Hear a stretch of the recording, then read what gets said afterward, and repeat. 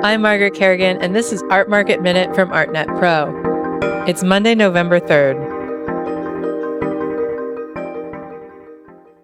The Middle East, North Africa, and South Asia region, commonly referred to by the acronym MENASA, is continuing to grow its international art market influence, as this week's top stories demonstrate. A 16th century painting attributed to Basawan, one of the leading painters of the Mughal court, set a new world record for a classical Indian or Islamic painting at Christie's London, selling for $13.6 million, 12 times its pre-sale estimate.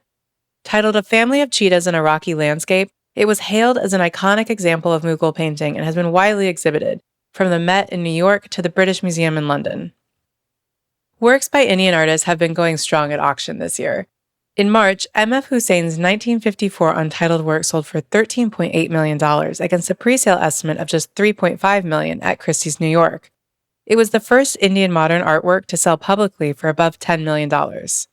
The artist is also the subject of a new dedicated museum being planned in Qatar. Speaking of Qatar, the country said that it will launch a quadrennial in November 2026 called Rubaiyat Qatar.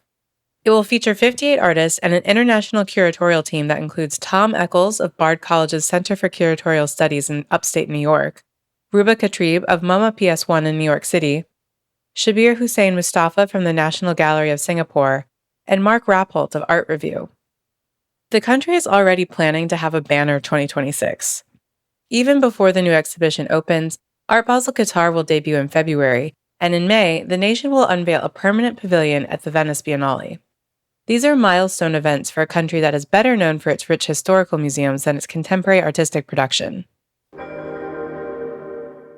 While Qatar and nearby Abu Dhabi have invested heavily in museum infrastructure over the last 2 decades, Dubai, long considered the Middle East's commercial art hub, is now throwing its hat in the institutional ring.